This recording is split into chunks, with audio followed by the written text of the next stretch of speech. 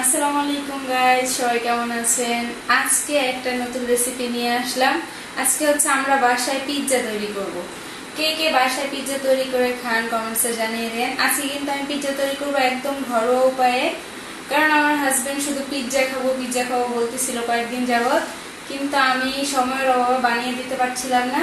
So আজকে যেহেতু একটু সময় পেয়েছি মাগরিবের পর, তো এখন একটা পিৎজা তৈরির জন্য একটা ডো তৈরি করে নিব। আমি কিন্তু এখানে সবকিছু নিয়ে নিছি। এই যে ময়দা নিলাম, তারপরে সুজি সব আছে। প্রথমে কিন্তু আমি অল্প একটু ময়দা নিয়ে নিব, 1 কাপ পরিমাণ, বেশি নিব না। এই যে 1 কাপ পরিমাণ ময়দা নিয়ে নিলাম।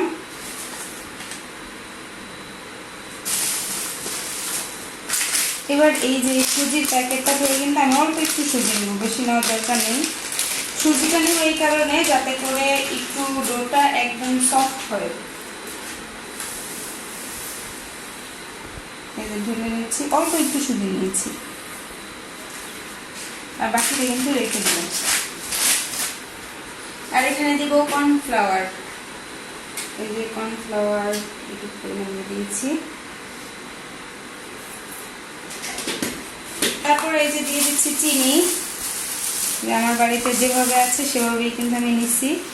এখান থেকে আমি অল্প একটু চিনি দিয়ে দেবো পরিমাণ মতো। এই যে 1 চামচের মতো চিনি দিলাম। এই যে তারপরে এখানে দিয়ে দিব এই যে ইস্ট, স্পেশাল ইস্ট, এটা দিয়ে দিব। এই যে আমি কিন্তু ইস্টটা ঢেলে নিব, 1 চামচের মতো ইস্ট দিলাম।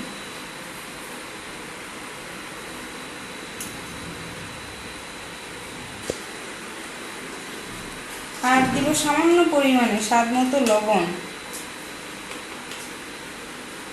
লবণটা একদম সামান্য পরিমাণে দিয়েছি। এখন কিন্তু এগুলো সব একসাথে মিক্স করে নিব। একটা চামচ দিয়ে এগুলো একসাথে মিক্স করে নিচ্ছি। সো এই যে দেখেন তেল নিয়েছি 1 চামচের মতো।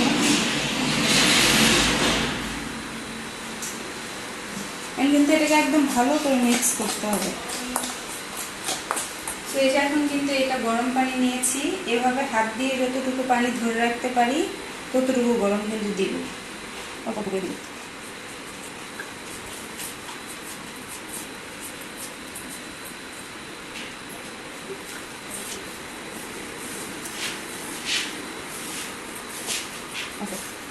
তো এই যে দেখেন আমার ডোটা কিন্তু একদম তৈরি হয়ে গিয়েছে। এটা এখন আমি 1 ঘন্টার জন্য রেখে দিব। এই যে ডোটা দেখেন, এই যে টিপ দিলে কেমন হচ্ছে। সো গাইস, এই যে আমি যে ডোটা তৈরি করে রাখছিলাম সেই ডোটা কিন্তু এখন দেখেন ফুলে ডাবল হয়ে গিয়েছে। আমি কিন্তু এখানে পলিথিন কাগজ দিয়ে ঢেকে রাখছিলাম। তো এই যে দেখতেই পাচ্ছেন একদম কিন্তু ফুলে ডাবল হয়ে গেছে আর একদম নরম হয়ে গিয়েছে। তো দেখি এখন কি অবস্থা। এই যে এখন কিরকম দেখাচ্ছে, মনে হচ্ছে একদম সফট। তো এখন এই ডোটা কিন্তু আমি এই যে একটার মধ্যে নিয়ে নিব। আগে একটু আটা ছিটিয়ে নিব, ছিটিয়ে নিয়ে তারপরে এই ডোটা কিন্তু নিয়ে নিব।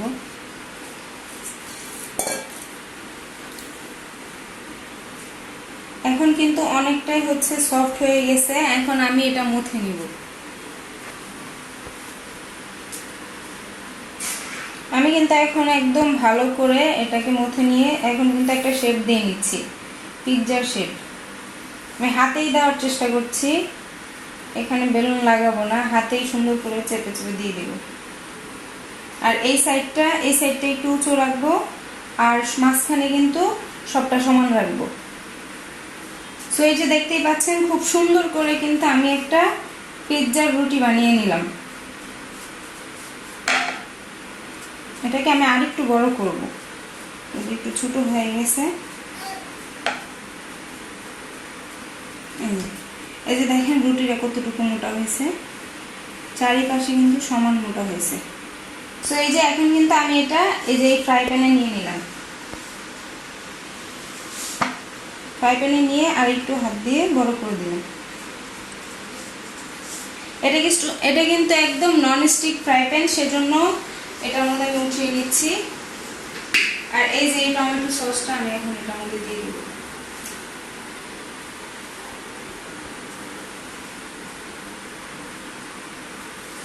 আমার বাসায় পিৎজা সস নেই, সেজন্য আমি এই টমেটো সসটা ইউজ করতেছি।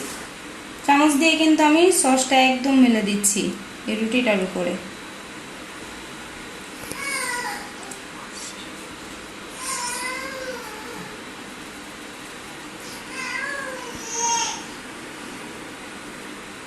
এই যে সবটা কিন্তু সুন্দর করে দিয়ে দিয়েছি।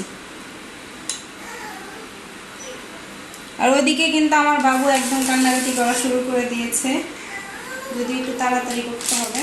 আর এই যে এটা হচ্ছে মোজারেলা চিজ, এটা দোকান থেকে কিনে নিয়ে আসছিল আমার হাজবেন্ড, আড়ংয়ের।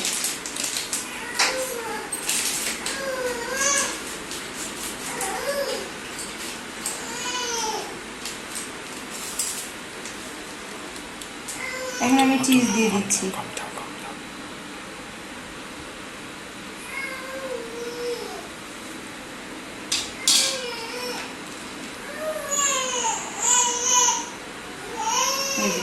চিজগুলো দিয়ে দিছি। সো গাইস, এই যে এখানে কিন্তু সস দেওয়ার পরে এখন আমি মোজারেলা চিজ দিয়ে দিছি অল্প একটু। এই যে এখন এগুলো কিন্তু কিউব কিউব করে কেটে রাখছিলাম, আর এই যে এটা হচ্ছে মাংস ভেজে রাখছিলাম, তো এখন কিন্তু আমি এগুলো দিয়ে দিব। এই যে দেখেন আমি এখানে কিন্তু সৌন্দর্যের জন্য এই গাজরগুলো দিয়েছি, আর গাজর কিন্তু আমার হাজবেন্ড খেতে অনেক বেশি পছন্দ করে, সেই জন্য দিয়েছি। আপনারা যদি এটা কেউ পছন্দ না করেন তাহলে না দিতে পারেন, সেটা আপনাদের ব্যাপার। তবে আমার হাজবেন্ড পছন্দ করে দেখে আমি এটা দিয়েছি। অনেকে দেয় না, তো আমি দিলাম। আপনারাও যারা পছন্দ করেন তারা দিতে পারেন, এটা কিন্তু দিলে খুবই টেস্টি হয়। তো এই যে গাজরগুলো দেওয়ার পরে এখানে কিন্তু আমি ক্যাপসিকামগুলো দিয়ে দিচ্ছি। এই যে দেখেন এগুলো কিন্তু আমি একদম কিউব কিউব করে কেটে নিয়েছি। সো এই যে আমি কিন্তু এগুলো এখন দিয়ে দিচ্ছি। এখানে আমি এক কালারের দিছি, আপনারা চাইলে অনেকে অনেক কিছুই দিতে পারেন। ক্যাপসিকাম অনেক ধরনের আছে, অনেক কালার আছে, যার যেটা পছন্দ সে সেটা দিতে পারেন। এখন আমি এখানে পেঁয়াজগুলো দিয়ে দিব।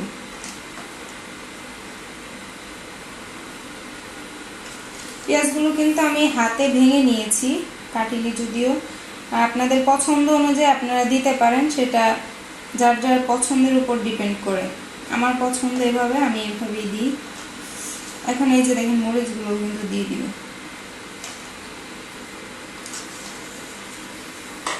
পেঁয়াজ, মরিচ, তারপরে টমেটো, গাজর সবকিছু দেওয়ার পরে এখন দিয়ে দিব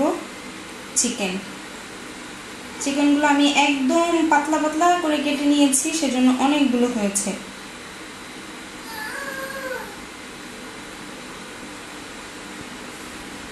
আর এদিকে আজকে আমাকে কোনো কাজই করতে দিচ্ছে না, আমার বেবিটা অনেক বেশি কান্নাকাটি করতেছে। বাসায় যেহেতু আমরা দুইজন মানুষ, আমি আর ওর বাবা, সো ওকে পর্যাপ্ত টাইম দিতে গেলে এদিকে রান্না হবে না, আবার রান্না করতে গেলে ওকে পর্যাপ্ত টাইম দেওয়া হবে না। সেজন্য মূলত ও আজকে কান্নাকাটি করছে, একটু পরপর শুধু কেঁদেই যাচ্ছে। তো এই যে দেখেন আমি কিন্তু সবগুলো চিকেন সুন্দর করে দিয়ে দিলাম। চিকেনগুলো দেওয়ার পর এখন আমি এখানে আরেকটু মোজারেলা চিজ দিয়ে দিব। এই চিজ দিয়ে দিলে কিন্তু একদম চিজি হবে।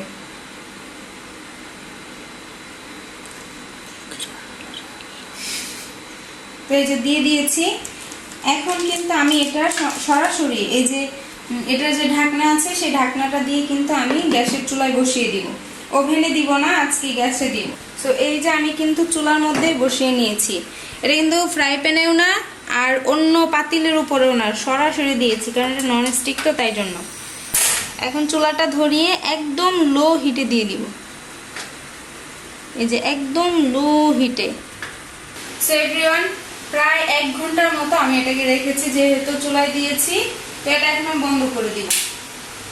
এই যে বন্ধ করে দেওয়ার পরে এই যে আমার পিৎজাটা, এই যে দেখুন কত সুন্দর হয়েছে, জাস্ট ওয়াও ওয়াও ওয়াও। আর ঘ্রাণটা অস্থির একটা ঘ্রাণ। আমি এটাকে এখন প্লেটে ঢেলে নিব। ওয়াও। সো দেখতেই পাচ্ছেন কত সুন্দর হয়েছে, মাশাআল্লাহ।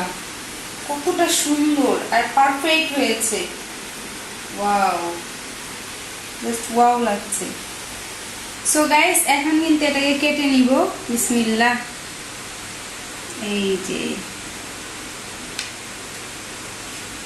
চিকেন চিজ পিৎজা, অনেক সুন্দর হয়েছে কিন্তু।